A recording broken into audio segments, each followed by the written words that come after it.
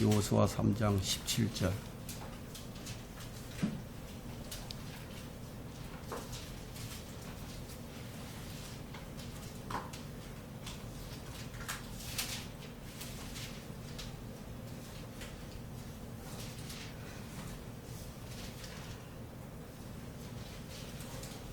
다 찾으셨습니까?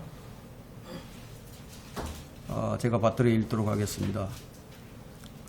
주의 언약궤를 맨 제사장들이 요단 한가운데 있는 마른 땅에 굳게 섰는데 온 이스라엘 백성이 마른 땅으로 건너 모든 백성이 요단을 완전히 건널 때까지 서 있더라.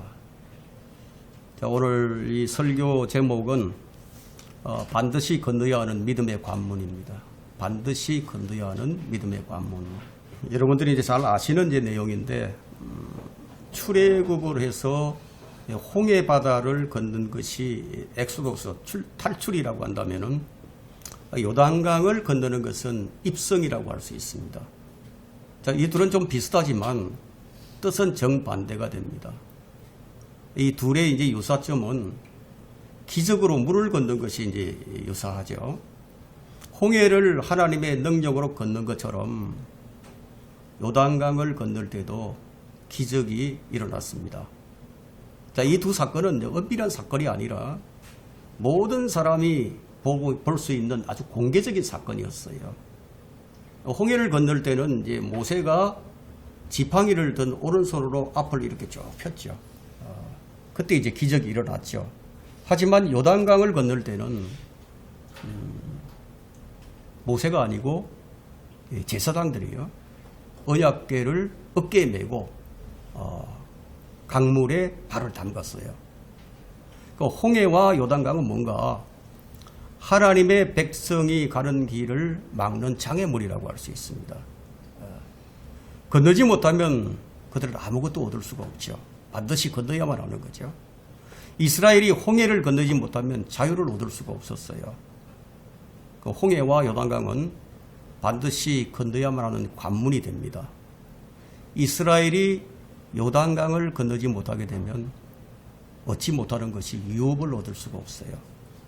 약속의 땅으로 들어갈 수 없으니까 상속을 얻지 못하게 됩니다. 홍해는 자유를 얻을 수 있는 것이고 요단강은 상속을 얻는다. 이런 차이가 있죠. 하지만 이것들은 우리의 믿음의 여정에서 반드시 건너가야 할 관문입니다. 이것은 또한 믿음의 시험이라고도 할 수 있습니다. 하나님은 무엇인가를 주시기 전에 장애물을 주십니다. 이 장벽을 주시고 그것을 이겨내게 하셔요. 그래서 그것을 차지하라. 그것을 차지하라. 정복하라. 하나님께서는 홍해와 요단강을 믿음을 입증하는 도구로 사용하셨습니다. 홍해를 건너지 못하면 자유가 없고 요단강을 건너지 못하면 유업이 없어요. 그렇다면 이것을 통해 무엇을 알게 하시려고 하신 것일까요? 뭔가 우리에게 알리시고자 하는 것이 있죠. 그것을 여러분들이 발견하시기를 바랍니다. 자, 우리 앞에 놓인 홍해와 요단강을 어떻게 건너야 할 것인가? 여러분 무엇을 발견하셨습니까? 보는 것으로 걷는 것이 아니고 믿음으로 건너는 거예요. 흉흉한 홍해 바닷물을 보면 두렵죠. 아무도 건들 수가 없어요. 거세게 흐르는 요단 강물을 보고는 강을 건널 수가 없어요. 그래서 믿음이 필요합니다. 보통 사람들은 봐야 판단을 하고 생각을 하죠. 자, 정말 이것이 가능할까요? 일단 봐야 하죠. 일단 봐야만 어떻게 할 것인가. 그래서 정탐꾼을 보냅니다. 12정탐꾼을 보냈죠. 가능과 불가능의 여부를 보는 것으로 이제 분석하고 판단을 하게 됩니다. 이것은 일반적인 거예요. 그러나 성도들은, 그리스도인들은 보는 것으로 하지 않아요. 보는 것으로 판단하지 않고 주의 말씀을 듣는 것으로 판단을 합니다. 기준이 뭐예요? 주의 말씀이 기준이죠. 어떤 경우에도 하나님의 말씀이 어떤이에요. 그러니까 내 감정을 가지고 내 느낌을 가지고 그것을 믿음이라고 생각하면 안 됩니다. 믿음이란 참 믿음이란 뭐냐? 하나님 말씀이 이렇다고 하면은 내 생각이 어떠하든지 간에 내 견해가 어떠하든지 간에 주의 말씀이 옳습니다. 이것이 참 믿음이에요. 자, 기록된 말씀을 기준으로 생각하는 마음이 그리스도의 마음이에요. 그것이 성령의 생각입니다. 기록된 말씀은 판단의 법도예요.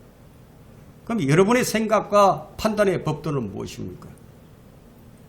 그리스도인은 주의 말씀이 생각과 판단의 법도이고 기준이 됩니다. 이스라엘은 믿음으로 순종할 때 홍해와 요단강을 마른 땅으로 건너갔습니다. 기적이 이제 시작이 되었죠. 그러니까 이스라엘의 민족의 출생은 기적으로 출생을 하게 됩니다. 홍해는 광야 생활의 시작이고 요단강은 광야 생활의 마침이에요. 그 홍해와 요단강은 어떤 차이가 있는가를 우리가 구체적으로 좀 살펴보도록 하겠습니다. 아까도 말씀드렸지만 홍해는 속박으로부터의 탈출과 자유죠. 그죠? 요단은 약속의 땅으로 들어가는 유업의 상속입니다. 홍해는 이스라엘의 죽음과 무침과 부활을 의미하는 물로 받는 침례예요. 그러나 요단강은 성령 침례를 의미합니다. 자, 이런 차이점을 여러분들이 잘 이해를 하시길 바랍니다. 홍해를 건너는 것은 적으로부터 피하는 거죠. 뒤에서 파라오의 군대가 철병거를 가지고 쫓아오고 있습니다. 적으로부터 피하는 거예요, 홍해는. 반면에 요단강을 건너는 것은 공격을 하기 위함이에요. 도망이 아니라 정복을 하기 위해서 공격을 하는 거죠. 피하기 위한 것과 정복을 하는 것은 큰 차이가 있습니다. 그럼 홍해를 건널 때 동풍이 불어서 바다를 갈랐죠. 그럼 요단강을 건널 때는 어떤 징조나 바람이나 자연현상이 없었어요. 그럼 홍해를 건널 때는 밤이었어요. 그럼 요단강을 건널 때는 낮이었습니다. 홍해를 건널 때는 뒤쫓던 이집트의 군대가 모두 죽었습니다. 요단강을 건널 때는 아무도 죽지 않았습니다. 홍해를 건널 때는 이스라엘 백성들은 불안해했고 불평하던 무리들이 많이 있었습니다. 요단강을 건널 때는 아무도 불평하거나 불안해하지 않았습니다. 홍해를 건널 때는 자신들을 거룩히 하라는 그런 명령이 이제 없었어요. 여러분, 장사를 치러는 죽음에는 거룩히 하게 할 필요가 없죠. 그죠? 그러나 요단강을 건너기 전에는 너희 자신을 거룩히 하라, 이런 명령이 주어졌습니다. 그럼 백성들이 안식의 땅으로 들어갈 때는 거룩하게 할 필요가 있었어요. 홍해를 건널 때는 원수들이 분노를 했어요. 요단강을 건널 때는 원수들이 두려워했습니다. 홍해를 건널 때는 어떤 이들이 죽음을 보았지만 요단강을 건널 때는 물에서 기념하는 도를 취했습니다. 이것이 홍해와 요단강의 차이입니다. 본문 7절을 한번 보도록 하겠습니다. 3장 7절에 주께서 여호수아에게 말씀하시기를 내가 오늘부터 모든 이스라엘의 목전에서 너를 크게 하리니 그들은 내가 모세와 함께 하였던 것처럼 내가 너와 함께 하리라는 것을 알리라. 주님께서 여호수아를 크게 하셨어요. 이 점이 중요해요. 사람이 크게 하느냐, 그게 아니라 사람이 크게 하는 것이 아니라 주님이 크게 해주셔야죠. 그렇지. 하지만 사람들로부터 크게 높임을 받기를 원하고 있습니다. 그러나 주님께서 크게 하지 아니하시면은 그 높임을 받는 것이 가정스러운 것이라고 주님께서 말씀하셨어요. 누가복음 16장 15절에서 너희는 사람들 앞에서 스스로를 의롭다고 하는 자들이지만 하나님께서는 너희 마음을 아시느니라. 이는 사람들 가운데서 크게 높임을 받는 것이 하나님 앞에서는 가정스러움이라 하시니라. 누가복음 16장 15절에서 분명하게 말씀하고 있죠. 하지만 여호수아는 사람들이 높여준 것이 아니라 하나님께서 그를 높여주셨어요. 신명기 32장 23절을 보니까 또 주께서 눈의 아들 여호수아에게 명령하여 말씀하시기를 강건하고 담대하라. 너는 내가 그들에게 맹세한 땅으로 이스라엘 자손들을 인도하리라. 내가 너와 함께하리라. 주님께서 함께 하신다. 신명기 34장 9절에도 눈의 아들 여호수아가 지혜의 영으로 충만하였으니 이는 모세가 그에게 안수하였습니다. 주께서 모세에게 명령하신 대로 이스라엘 자손이 그에게 경청하고 행하였더라. 하나님께서 여호수아를 모세와 동격으로 취하게 해주신 거죠. 이제 여호수아가 이스라엘 대장이 되었습니다. 하나님께서 세우신 지도자예요. 이렇게 백성들에게 각인시키는 이것을 가리켜서 하나님께서 그를 크게 하셨다. 여기서 우리가 배워야 하는 것은 하나님께서는 택하신 자들을 잘하게 하시고 크게 하시는 분이시다. 부와 존귀가 다 어디서 나옵니까? 다 주님에게서 나오죠. 주님께서 모든 것을 치리하시고요. 권세와 능력이 주의 손에 있고 모든 것을 위대하게 만들고 힘을 주시는 것은 모두 주님의 손에 있습니다. 모든 것이 주의 손에 있습니다.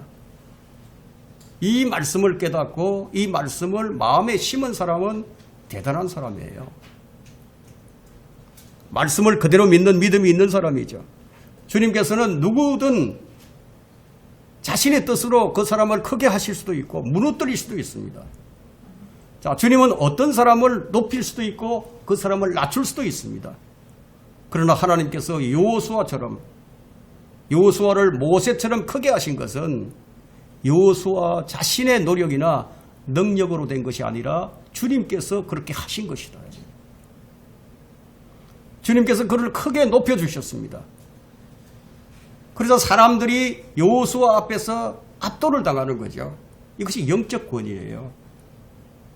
영적 권위라는 것은 위로부터 오는 거예요. 주님께서 솔로몬을 크게 높이셨어요. 역대기상 29절 25절을 보니까 주께서 온 이스라엘 앞에 솔로몬을 심히 높이시고 이스라엘에서 그의 앞에 있던 어떤 왕에게도 주지 않으신 왕의 위엄을 그에게 주셨더라. 하나님께서 주셨다. 우리는 이 권위주의와 권위의식을 싫어하지만 하지만 권위는 존중을 해야 합니다. 모든 권세는 하나님께서 정하신 것이고 모든 권세는 하나님에게로부터 나오는 거예요. 그럼 여러분 느부갓네살 왕을 누가 세웠습니까? 하나님께서 세우셨습니다. 사람들의 생각은 그렇게 생각하지 않겠지만 성경이 느부갓네살 왕을 세웠다. 코레스 왕은 누가 세웠습니까? 하나님께서 세우신 거예요. 하나님께로부터 나오지 않는 권세는 없나니 모든 권세는 하나님께서 정하신 것이라 로마서 13장 1절에 기록하고 있죠. 사람들이 선거를 하죠. 투표를 해서 지도자를 뽑아도 그것을 정하시는 분은 하나님이시다. 어떤 사람의 높아짐과 낮아짐이 다 누구의 손에 있습니까? 하나님의 손에 있다. 여호수아가 요단강을 건널 때 하나님께서 그를 높여주셨어요. 자, 8절을 한번 보겠습니다. 여호수아 3장 8절에 자, 너는 언약궤를 메는 제사장들에게 명령하여 말할지니 너희가 요단 물가에 이르거든 너희는 요단에 가만히 들어가 서 있으라. 여호수아는 모세와 다르게요. 에프라임 지파예요. 레위 지파도 아니고 유다 지파도 아니에요. 여호수아가 제사장들에게 명령을 합니다. 신정 통치 국가에서 제사장들은 어떤 지위가 있었냐면은 종교적 지위 외에도 정치적, 사법적 지위를 동시에 갖고 있었습니다. 중세 유럽에 보면 유럽 시대에 로마 카톨릭이 권위를 행사했죠. 교황이 황제보다 더 큰 권위를 가지고 있었습니다. 교황이 황제를 임명하고 황제는 교황에게 무릎을 꿇어야만 했죠. 추기경들은 지방 영주들을 능가하는 권세를 가지고 있었어요. 종교 국가라는 것이 어떤 것인가 하면 바로 이런 겁니다. 엄청난 권위를 행사한 거죠. 그 제사장들은 성전의 직무 외에 율법을 가르쳤고 재판도 하는 재판관들이었습니다. 그 레위 지파 위에 주께서 주신 권위가 있었죠. 그러나 제사장들은 하나님께서 세우신 지도자인 왕의 명령을 들어야만 했습니다. 레위 제사장들 위에 주님이 세우신 높은 권위, 모세가 있었고 여호수아가 있었고, 재판관계 시절에는 사사기 시절이라고 얘기하죠. 우리 그 개역 성경에는 사사기라고 되어 있는데, 그 영어 킹제임스 성경에는 그렇게 되어 있지 않죠. 재판관계예요. 재판관계 시절에는 재판관들, 그 왕정 시대에는 왕이 제사장들보다 높은 권위를 가지고 있었어요. 여호수아는 특별히 예수 그리스도의 예표가 되죠. 여호수아라는 이름이 바로 예수라는 이름입니다. 그는 군대 대장이었고요. 예수님도 군대 대장입니다. 이제 이스라엘 백성들이 요단강을 건너기 위해서 무엇을 먼저 해야 했는지 그것을 살펴보고자 합니다. 첫 번째, 요단강을 건너려면 주의 말씀의 선포가 있어야만 했습니다. 9절을 한번 보실까요? 9절에 여호수아가 이스라엘 자손에게 말하기를 이리 와서 주의 말씀을 들어라. 주의 말씀을 들어라. 이걸 어떻게 건너야 할까?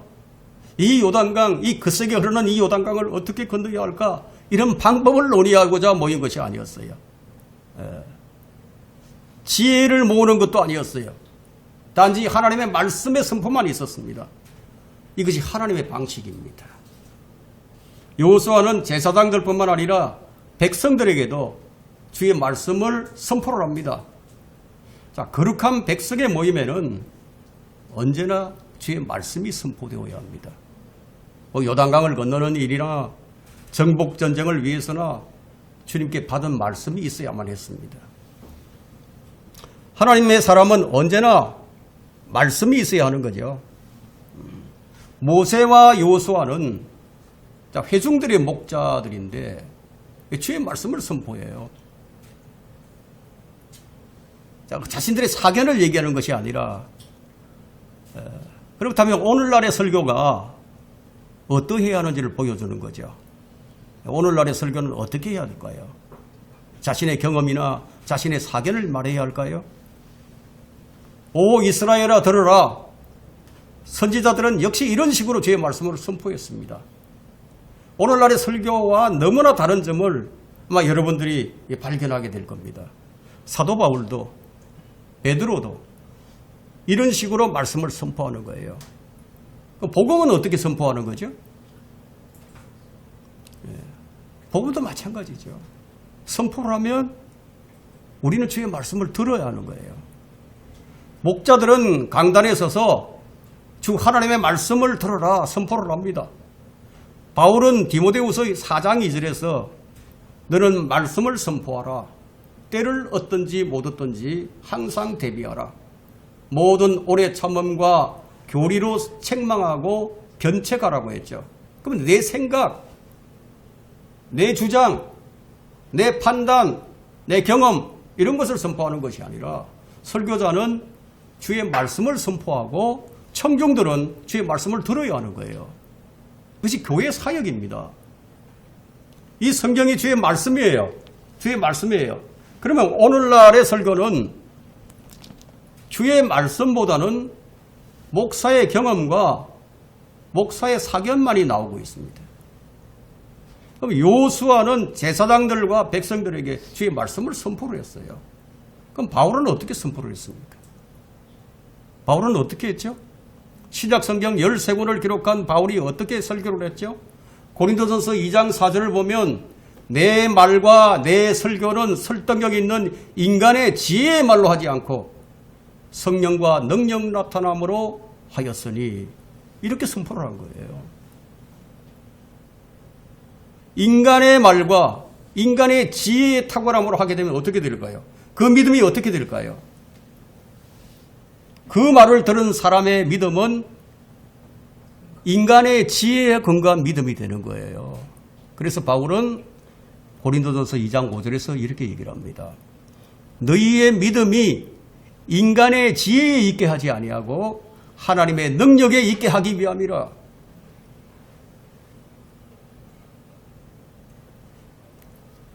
그 당대의 바울과 같이 학식 있는 사람이 드물었죠. 하지만 그는 하나님의 말씀을 선포하기 위해서 그의 학식과 그가 가진 전통을 모두 쓰레기로 여겨버렸습니다. 왜냐하면 그것들이 사람들의 믿음을 파괴하는 주범이 되었기 때문입니다. 오늘날에 선포되는 말씀들을 보면 인간의 철학을 앞세우고요. 과학을 신봉하고요. 인간의 관습과 전통을 하나님의 말씀인 양 가르치죠. 그 결과 오늘날의 사람들은 인간의 지혜와 설득력 있는 인간의 말에 탁월함에 근거한 믿음을 갖게 된 거예요. 성경은 거짓되이 일컫는 과학의 반론을 피하라고 디모데전서 6장 20절에 설명을 합니다. 아무도 너희를 철학과 헛된 속임수로 노략질하지 못하게 하라고 골로새서 2장 8절에서 명령을 합니다. 바울은 이런 것들을 가리켜서 세상의 유치한 원리들이다 이렇게 말씀을 합니다. 말씀이 선포된다는 것은 주님께서 말씀하신다는 것이에요. 여호수아가 주 너희 하나님의 말씀을 들어라 라고 한 후에 무엇을 선포하는지 한번 볼까요? 10절을 한번 보십시오. 10절에 여호수아가 말하기를 너희는 살아계신 하나님이 너희 가운데 계심을 이로써 알지니 그분이 너희 앞에서 가나안인과 히딘과 히위인과 브리스인과 기르가스인과 아모리인과 여부스인을 반드시 쫓아내시리라. 그럼 요단강을 건너게 되면 백성들이 무엇을 알게 되는 거죠? 하나님이 너희 가운데 계신 것을 알게 될 것이다. 그럼 어떻게 알게 된다고요? 가나안의 7 족속을 쫓아내시는 것을 통해서 살아계신 하나님이 함께 하시게 된다는 것을 안다는 거예요. 확실하게 보여주는 거죠, 하나님께서. 가나안의 7 족속은 이스라엘보다 훨씬 더 크고 강합니다. 그인족들이 살고 있었어요.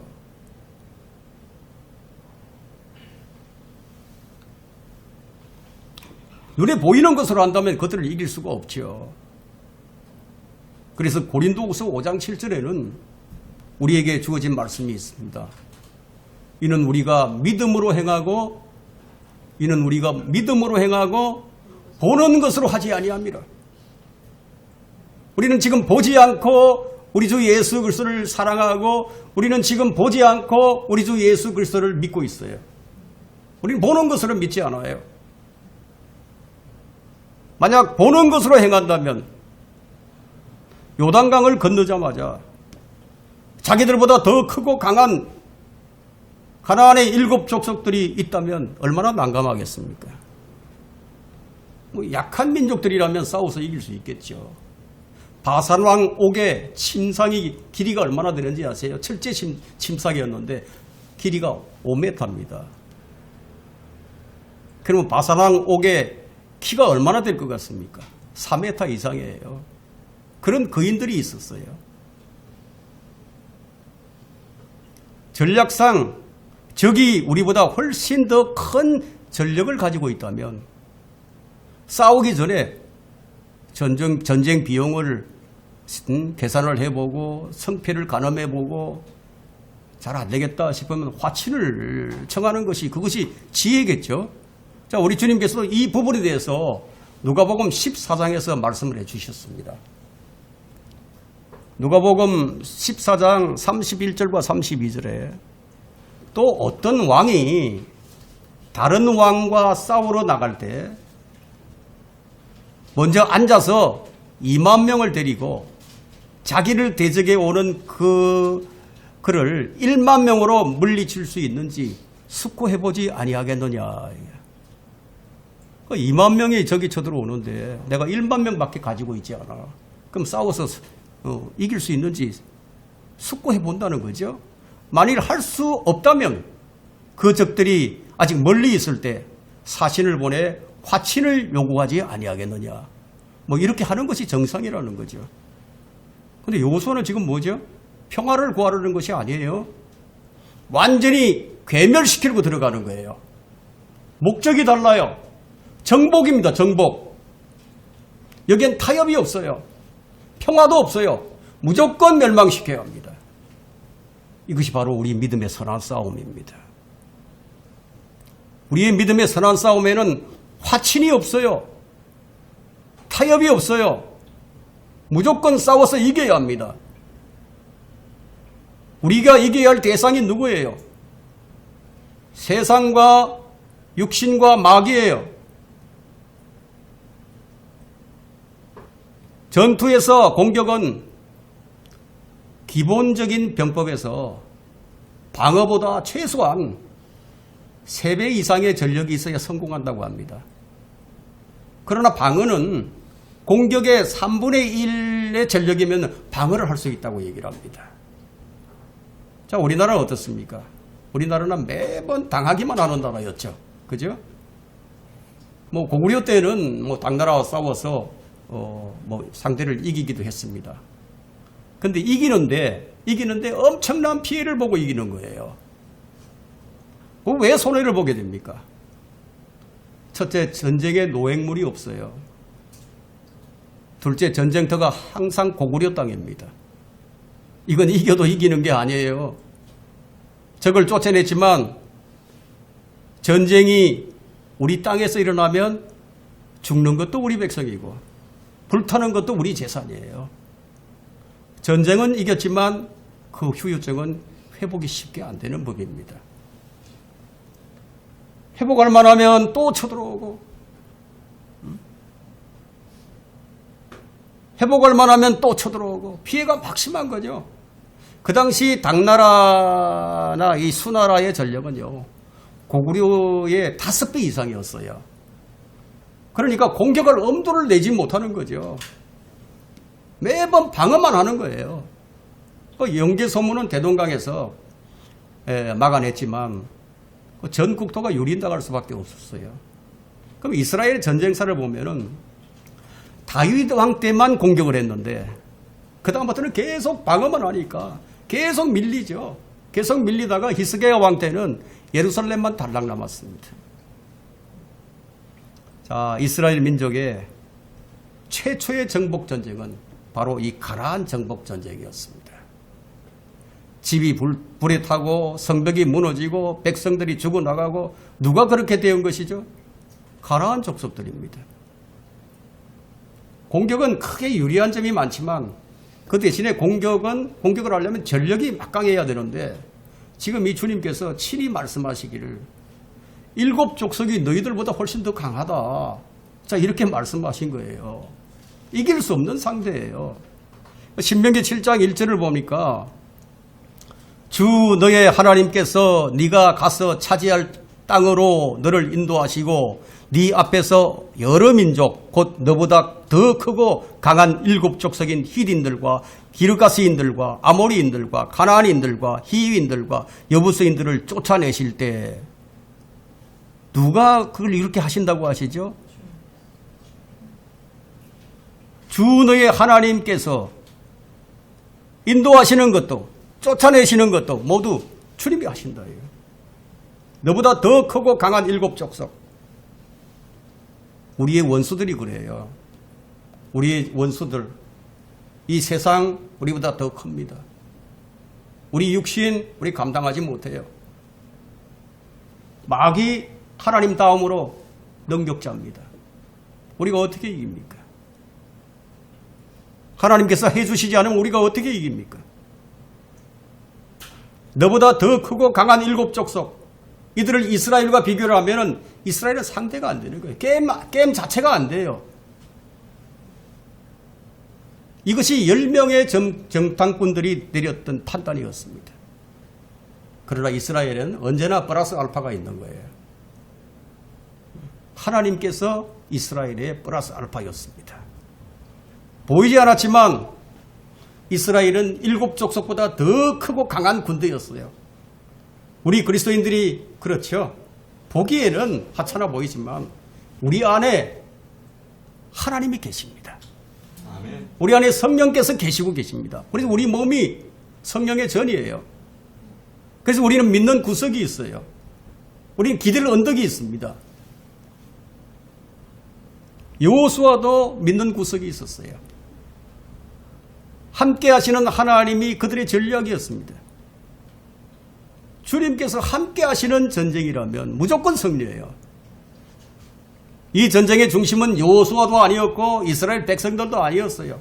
이 전쟁의 주인공은 살아계신 하나님이십니다. 살아계신 하나님이 너희 가운데 계셔서 그들을 쫓아내실 것이라. 문제는 뭐였습니까? 이스라엘 백성들이 너스레지는 거죠. 자꾸 두려운 생각이 들어요. 그래서 정복을 다 하지 못했어요. 그것이 올무가 되고 계속 이스라엘 발목을 잡고 늘어졌죠. 우리 역시 마찬가지입니다. 우리도 단호하게 이 세상을 대적해서 이겨야 됩니다. 우리의 육신도, 우리 옛사람인 옛본성도, 우리 자아도 우리가 날마다 십자가에 못 박아야 합니다. 그래서 바울은 나는 날마다 죽노라. 우리 원수 마귀는 삼킬 자를 찾아서 두루다닌다고 했습니다. 믿는 자들을 넘겨드리려고, 믿음에서 떠나게 하려고.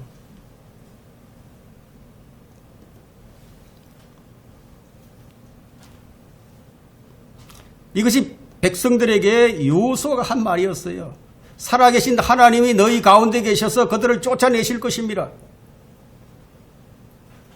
7족속은 분명히 이스라엘보다 크지만 하나님보다는 크지 않았습니다. 여러분은 이 말씀을 신뢰하십니까? 우리의 원수들은 우리보다 훨씬 더 강해요. 그들을 이길 힘은 내게는 없어요. 그런데 내 안에 계신 하나님은 어려워서 못할 일이 없으신 하나님이십니다. 이것은 믿음에 관한 문제예요. 이스라엘 정복 전쟁은 주님께서 그들보다 앞서 나가서 싸우는 전쟁입니다. 이것이 정복 전쟁의 특징입니다. 세상은 우리보다 더 커요. 그러나 우리 안에 계신 분은 세상보다 더 크십니다. 따라서 믿음으로 싸우면 언제나 이기는 거예요. 요한일서 4장 4절에서 그것을 말하고 있죠. 어린 자녀들아, 너희는 하나님께 속하였고 또 그들을 이겼으니 이는 너희 안에 계신 분이 세상에 있는 자보다 더 크시기 때문이라. 우리는 우리 안에 계신 주님으로 인해서 세상과 육신과 마귀를 대적해서 물리칠 수가 있는 거예요. 우리는 싸워서 이기는 주의 군사들입니다. 이스라엘이 요단강을 건널 때 알게 되는 것이 하나님께서 이들을 쫓아내시는 것을 알게 된다는 것이었어요. 요단강 도하작전이죠. 이 작전의 계획과 지시가 누구에게서 나온 것입니까? 요단강의 도하작전은 하나님께서 이스라엘의 승리를 보장해 주시기 위해서 미리 보여주신 기적의 표적이었습니다. 두 번째, 요단강을 건너려면 주의 언약궤가 앞서 나가야 합니다. 언약궤 11절을 한번 보시겠습니다. 보라, 온 땅에 주의 언약궤가 너희 앞서 요단으로 들어가 건너니라. 온 땅에 주의 언약궤. 이 말씀은 무슨 말씀이냐면 주의 말씀이 미치지 않는 곳은 없다는 것이에요. 온 땅의 하나님, 하나님은 하늘과 땅의 주인이십니다. 하나님은 온 땅의 심판주이십니다. 온 땅을 통치하는 위대하신 왕, 온 땅을 다스리시는 왕. 지금 영적으로는 그렇지만 실제적으로 그분이 오시면 그분은 만왕의 왕으로서 온 세상을 통치하시게 되실 것입니다. 이것은 그리스도의 재림과 관련된 말씀입니다. 주님은 재림 때 온 땅의 왕으로서 왕국을 세우시고 온 민족을 다스리게 되실 것입니다. 그분 앞에서 온 땅은 밀초같이 녹아내리게 될 것입니다. 산들이 주의 면전 곧 온 땅의 주의 면전에서 밀초같이 녹아도다. 여호수아는 지금 땅을 차지하기 위해 강을 건너면서 온 땅의 주라고 말씀하고 있습니다. 모세는 파라오에게 표적들을 보여주면서 땅이 어떻게 주께 속하였는지 우리 백성들에게 알렸죠. 이것이 제가 여러분들에게 해야 할 저의 의무예요. 저는 하나님이 어떤 분이신지 그분에 대해서 알리는 것이 저의 의무입니다. 땅과 거기에 충만한 것은 주의 것이요 세상과 그 안에 사는 자들도 그러하도다. 시편 24편 1절에 그런 말씀을 하고 있죠. 시편 89편 11절에도 하늘들도 주의 것이요 땅도 주의 것이며 세상과 그 안에 충만한 것들도 주께서 세우셨나이다. 왜 하늘들이라고 말씀하는지 아세요? 왜 하늘이라고 하지 않고? 여러분 하늘이 몇 개로 되어 있는지 아세요? 바울이 삼청천을 갔다 왔다고 얘기를 하죠. 하늘이 삼청으로 되어 있다는 거예요. 첫째 하늘, 둘째 하늘, 셋째 하늘. 하나님께서 창조하실 때 물을 창공 위의 물과 창공 아래의 물로 나누셨어요. 그리고 하늘들이라고 명칭을 하셨어요. 그래서 창세기 2장 1절을 보면 하늘들이라고 나옵니다. 창세기 1장 1절에는 하늘과 땅을 창조하셨는데 단수가 나중엔 복수로 나누어지게 되죠.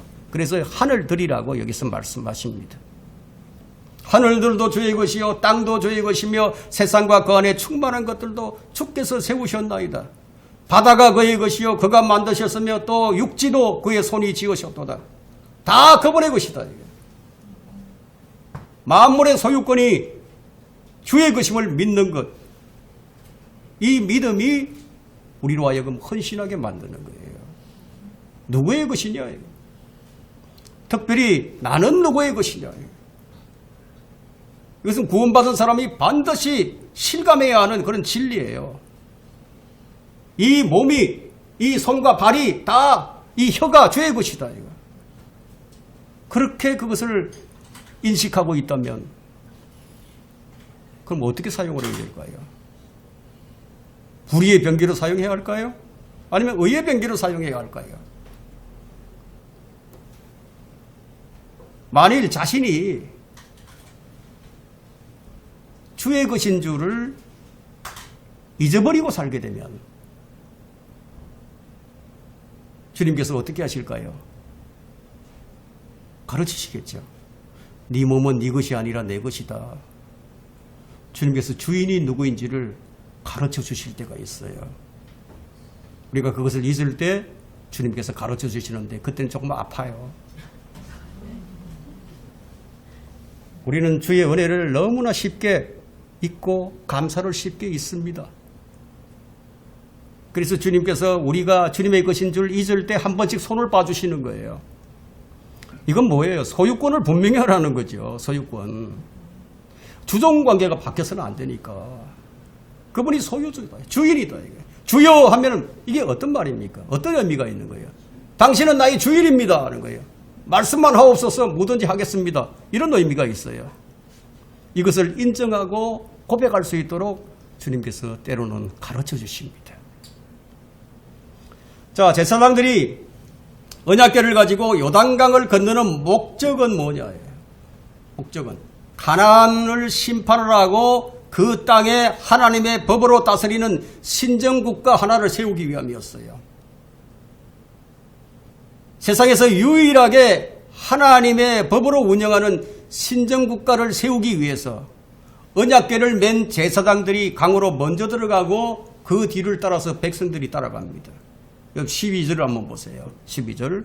그러므로 이제 이스라엘 지파 중에서 각 지파에서 한 사람씩 12사람을 뽑으라. 모세가 12명의 정탐꾼을 뽑은 적이 있었어요. 카데스 바네아에서. 그런데 이번에는 이제 여호수아가 12명을 뽑아요. 그런데 정탐꾼이 아니라 여기는 정인으로 뽑습니다. 그들이 마른 강바닥에서 12돌을 취해서 주님께서 그들에게 행하셨던 일들을 후손들에게 역사적 증거물로 남기기 위해서 각 지파가 다 동참하는 거예요. 이 돌무더기가 하나님께서 우리 백성들을 요단강을 건너게 하셨다는 증거로서 남긴 거예요. 그 성경의 사건들은 언제나 역사적 인물과 역사적 지명과 역사적 자료들이 존재를 합니다. 성경의 이 요단강은 실제로 그 강이 있어야 하는 거죠. 이스라엘 가면 요단강이 있습니다. 신화나 전설이 되어서는 안 되는 거죠. 성경에 유프라데스 강이 있으면 그런 유프라데스 강이 있어야 하는 것이고, 바빌론이라 그러면 그 바빌론이 있어야 하는 것이고요. 가나안이라고 그러면 가나안이 있는 거예요. 역사적인 사건, 역사적인 인물, 역사적인 지명, 역사적 자료들이 존재를 하고 있죠. 그런데 모든 종교 경전에는 그런 것들이 없어요. 그 몰몬경에 보면은 많은 지명들이 나오지만 그런 지명은 역사에 존재하지 않는 지명들입니다. 다른 종교의 경전들도 마찬가지예요. 사건도 인물도 지명도 사실이 아닌 게 많죠.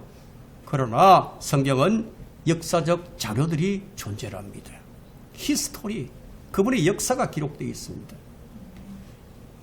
그곳이 어딘지, 그가 누구인지 역사적 인물이 있고 다 존재합니다.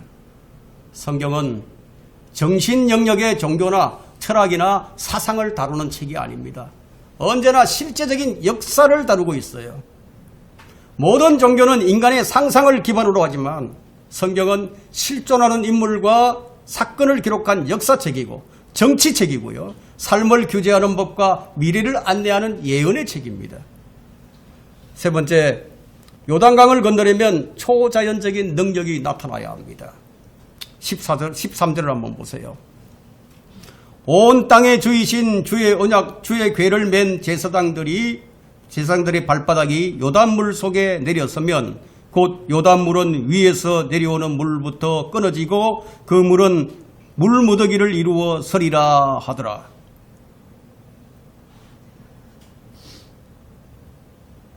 여러분, 물이 어떤 힘에 의해서 이렇게 탁 서는 걸 본 적이 있으세요? 요단강은 좀 경사가 심한 곳이 많아요. 그래서 위에서 물이 이게 내려오면은요, 물이 딱 끊어지면 아래 물은 다 흘러내려가고요, 바닥이 곧바로 드러나게 되죠. 근데 위에서 물이 계속 내려온단 말이에요. 그 물이 내려오는데 딱 여기 스톱했어요. 그 물무더기가 막 쌓이기 시작합니다. 이런 걸 본 적이 있으세요? 홍해는 어떻습니까? 홍해는 양쪽에 물벽이 세워졌죠. 요단강은 한쪽만, 상류 쪽에. 주님께서 언약궤를 맨 제사장들의 발바닥이 요단물 속에 내렸으면 어떻게 될 것인지를 말씀해 주셨는데, 그 내려오는 그 물이 무더기를 이루어 서 있을 것이다. 물이 선다는 거예요. 물이 쌓인다는 거예요.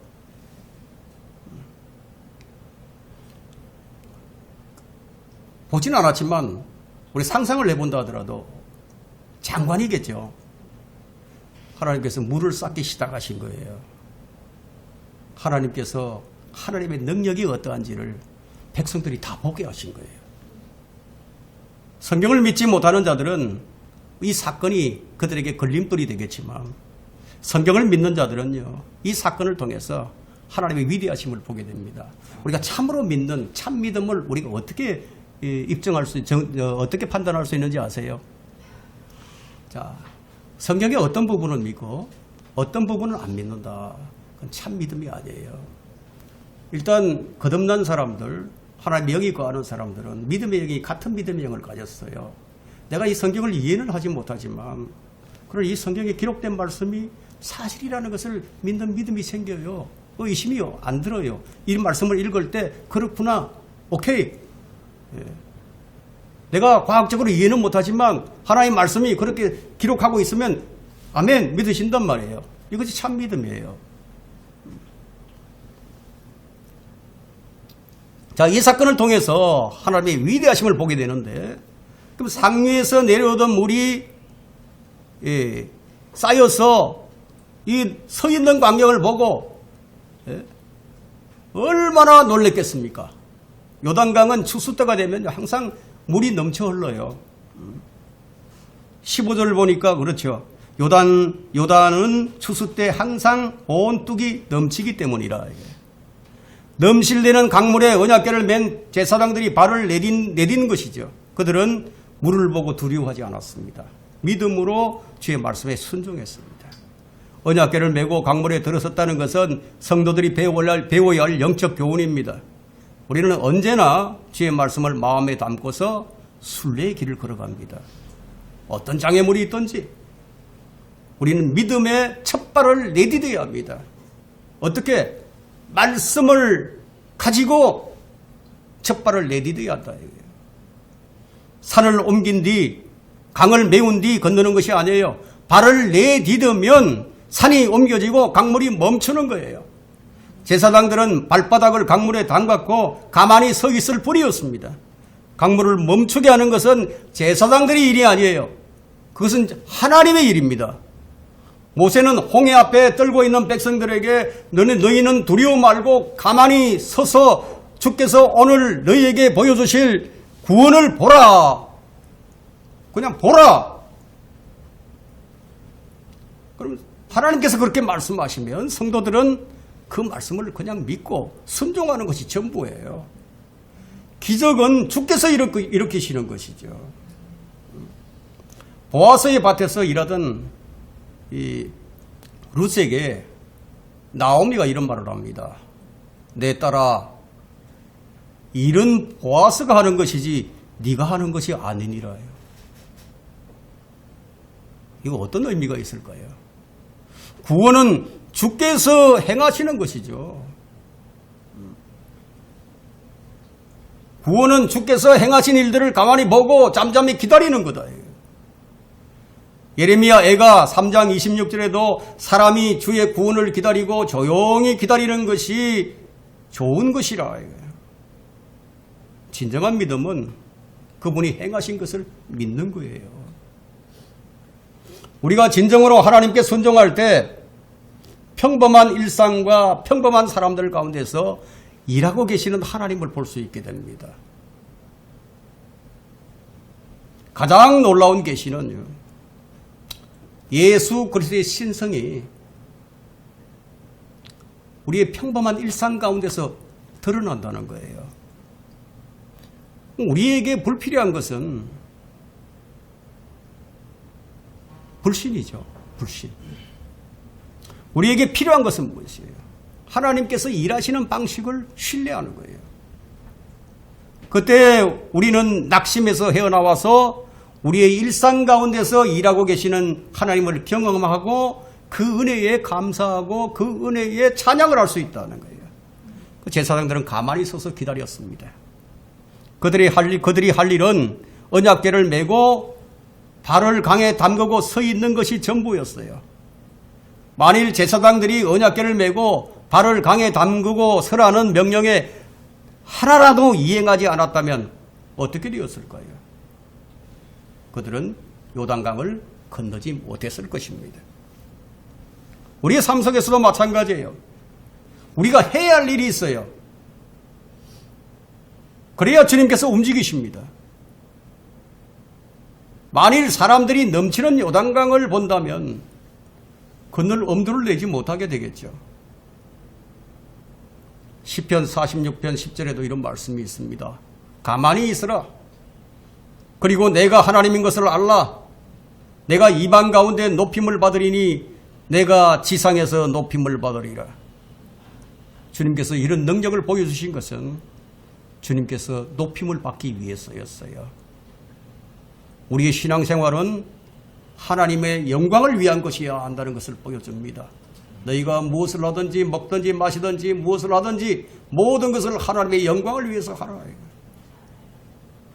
언약궤를 맨다는 것은 어떤 의미가 있느냐? 날마다 자기를 부인하고 자기 십자가를 지고 주님을 따르는 것을 의미합니다. 언약궤 안에는 뭐가 있죠? 십계명이 들어있죠.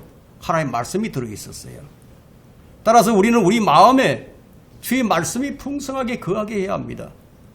그리고 주의 발자취를 따르면 돼요. 앞에 강이 있으면 바다가 보이면 주께서 나보다 먼저 앞서 나가신다는 것을 생각하면 돼요. 마침내 백성이 요단강을 건넙니다. 16절 보세요. 위로부터 내려오는 물이 서서히 위로부터 오는 물이 서서 사레탄 옆에 있는 아담 성읍으로부터 아주 멀리 물무더기를 일으키고 평원의 바다 쪽, 즉 여매로 흘러가는 물은 거쳐서 끊어지니 백성이 여리고 앞으로 바로 건너더라. 기적의 한 장면이에요. 결론적으로 요단강을 건넌 백성이 무엇을 알게 되었습니까? 요단강을 건넌 백성들이 알게 된 것은 17절에 나오고 있죠.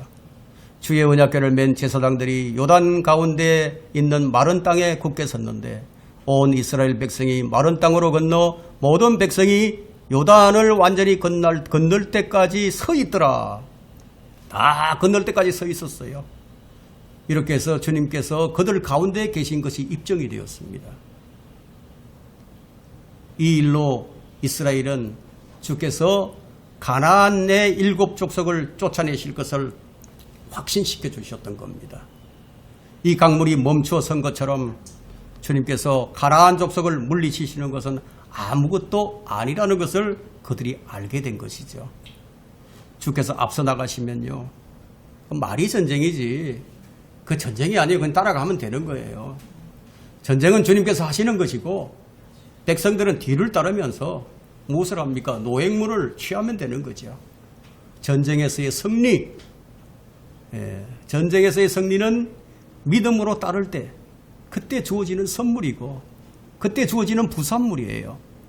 승리의 보장을 요단강을 건너면서 미리 알게 해주신 것이었습니다. 가나안의 입성은 정복을 통해서 이루어집니다. 승리는 신뢰와 순종이에요. 그리스도인의 삶도 다 이와 같습니다. 주께서 먼저 나가시고 우리는 주의 발자취를 따르면 됩니다. 이것이 우리가 해야 할 일입니다.